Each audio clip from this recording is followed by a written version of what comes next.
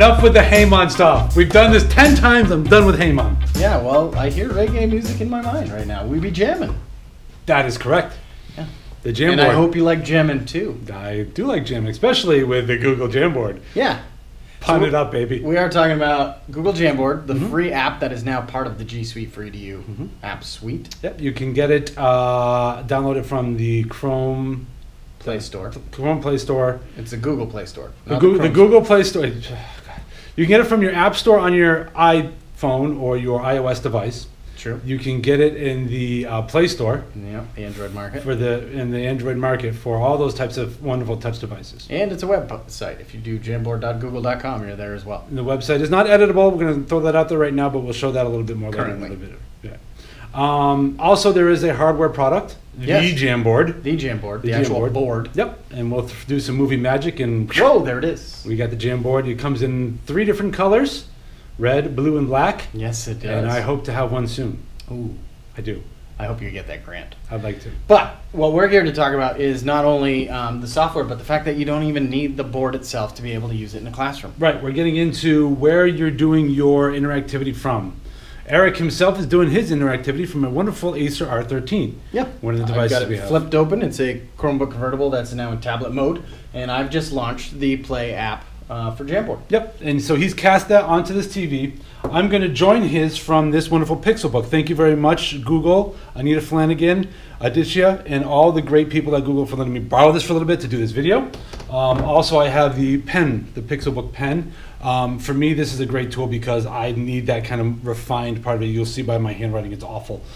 So in order for it to recognize anything, I need the pen. So this is a great device. I really think amazing. so. And I think if you can't afford a $5,000 Jamboard, it might be worth putting a little bit more investment in your teacher device and pen to be able to do these jams. Right. Because a flat screen TV is not that expensive these days. No, you can get a flat screen TV pretty inexpensively. The R13 is a pretty affordable device. Right now, at the filming of this, it's at about $350, around that range. The Pixelbook, it does go on sale every once in a while. Normally sells for about $1,000. Pen is about $100. But if you talk about the difference there, that might be a good way for you to go through it. I mean, you can put a 70-inch TV up for under $1,500. Yeah. And this would be a great way to get interactivity still going in your room. Right? So let's talk about the basics of Jamboard. Jamboard 101. So I'm in Jamboard. You'll see my jams right here. These are the ones I've already created, but I intend to create a new one to show you how it's done. Much like most of the Google apps, in the bottom right-hand corner, I've got my plus sign. I can click it. New Jammy Jam. I either can join a jam through a link, which I don't have right now, or well, it's a code create now. a new jam. That's true. They do link sharing through a code, and we'll show you where that is. And when you create a new jam, you get a blank white interactive space. Yep. First thing I can do is click my 3 Oreos and rename this, and I can rename it to be... You hit remove. Oh, I didn't mean to remove it. You just deleted it. Oh, no. Let me rename it and try that again.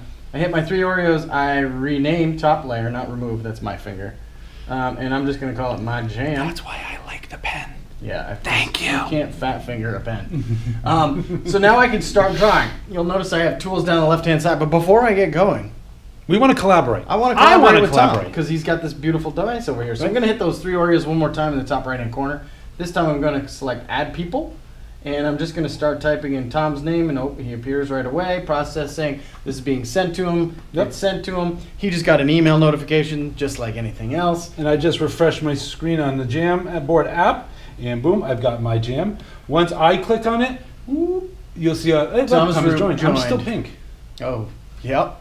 It always pops up for me in Yep, that he's color. a pink jammer. Although on my screen, you're green. Yes, I am. Yeah, with envy. So now we can talk about all the different things we can do as I accidentally hit my volume controls on the side about all the things you can do with Jamboard. Here are my floating tools. The floating tools. Those of you who use other interactive whiteboard softwares are probably used to some floating tools. The first one is, Well, of if you course, go my up to pen the and top marker of the arrow, tray. you just mentioned it's a floating tool. Make it float, man. Make it float. What? Hit the arrow. Float it over. Oh, I can also float it to the right side if I intend to do more work on the left.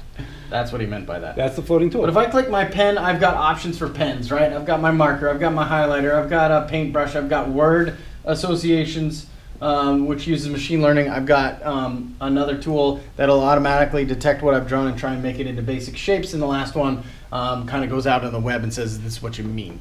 It is machine learning. And we'll do more of that in a second.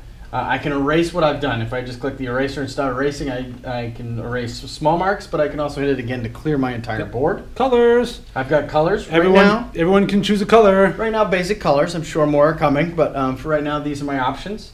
I have the gather tool or the select tool, I can select certain things, then move objects together as one.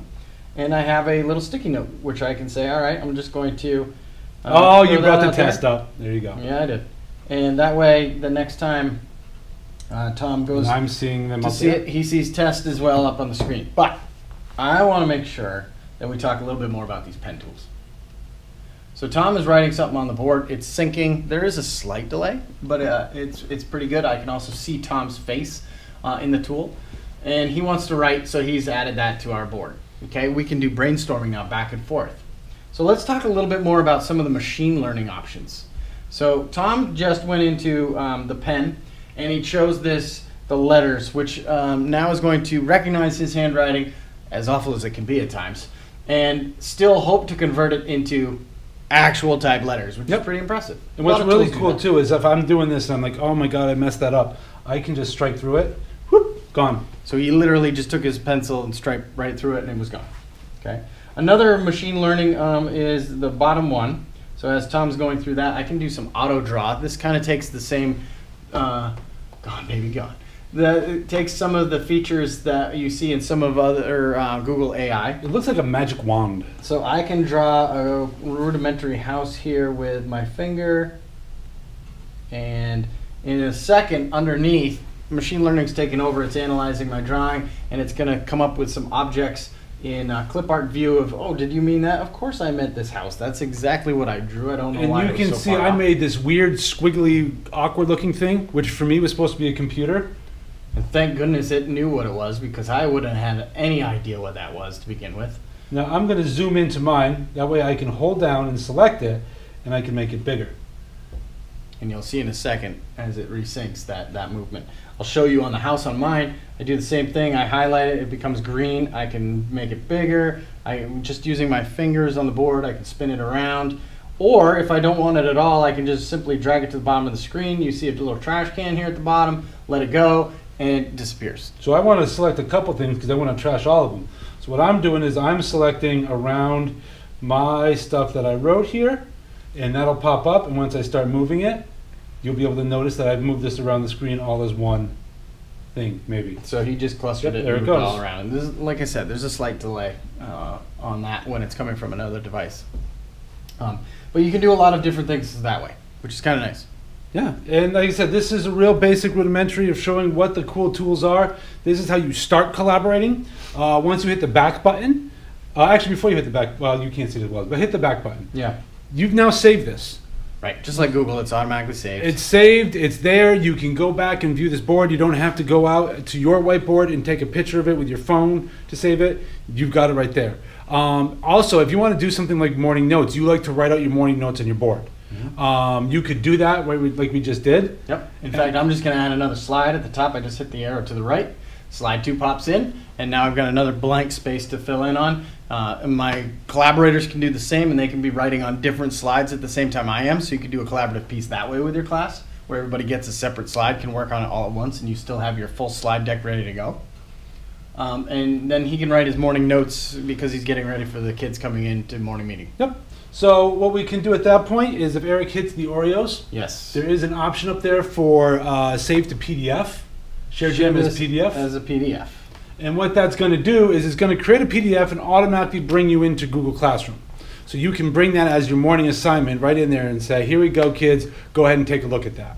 And when they take a look at it, they don't need to have the app on their laptops. They can just pull it up and pull up the web view and still be able to scroll through all those. Right, which is fantastic. Absolutely. So that, to me, right there, should be everything you need to know to get started with playing with Jamboard and see if you can bring that into your classroom. I highly recommend it. It's a great tool. And we hope you like Jammin too. I love Jammin. All right. We'll see you next time. See you.